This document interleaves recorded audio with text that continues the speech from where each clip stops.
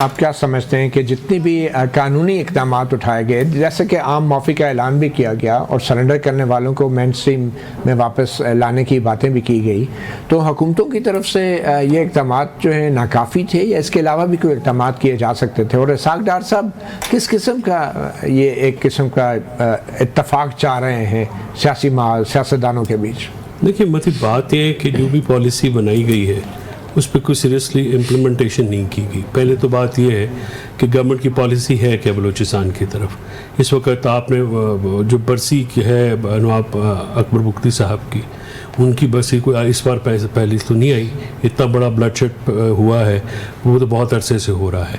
और अगर ये चीज़ पनप रही थी, और अभी इसाक डार साहब का जो आपने क्लिप सुनाया हुए कह रहे हैं कि बैरूनी एजेंसियों के पैसे, हम फैटफ की ग्रे लिस्ट में थे, वहाँ से हम निकले थे पिछली हुकूमत में, और उसमें ये जो सारा मामलात थे, जो तरसील है पैसे की, ये कैसे हो सकती है।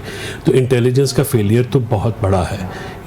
और वहाँ पे जो मामलात चल रहे हैं, आपने मौलाना फजल रहमान साहब के इल्ज़ामात सुने हैं, आपने अचकज़ई साहब के इल्ज़ामात सुने हैं। इशू ये है कि हुकूमत की जो नॉन सीरियसनेस है वो आपने एक तरफ तो इशारा कर दिया इंटीरियर मिनिस्टर की तरफ कि इंटीरियर मिनिस्टर और पंजाब हुकूमत की जो जंग है वो इस कदर बढ़ चुकी है कि वो मुलाकात होती है 7 बजे के बाद तो फिर जेल का अपना ट्रांसफ़र हो जाता है वो, और जो इस बुनियाद पे कि हमें एतमाद में क्यों नहीं लिया गया।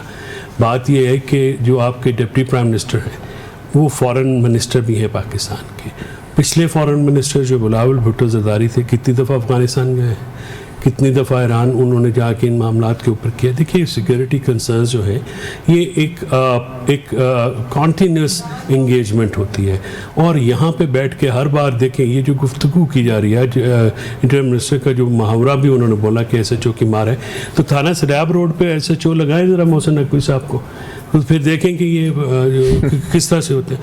ये दहशत गर्दी के मामलात को बहुत सीरियस लेने की ज़रूरत है। यस, आप ये कहते हैं कि ट्रांस नेशन जो है इनको फंडिंग आ रही है, तो उसकी बुनियादी वजह है कि इंसर्जेंट्स तो यहाँ के हैं।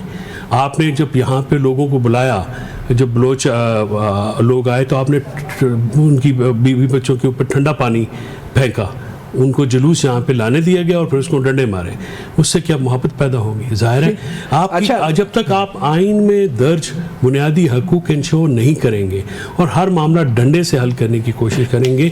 अच्छा, और ये सिर्फ इस हुकूमत की पॉलिसी नहीं है, ये पॉलिसी बड़े अरसे से चल रही है बलूचिस्तान में, और इसका कोई खातिर ख्वाह नतीजा नहीं निकला, ना ही निकलेगा।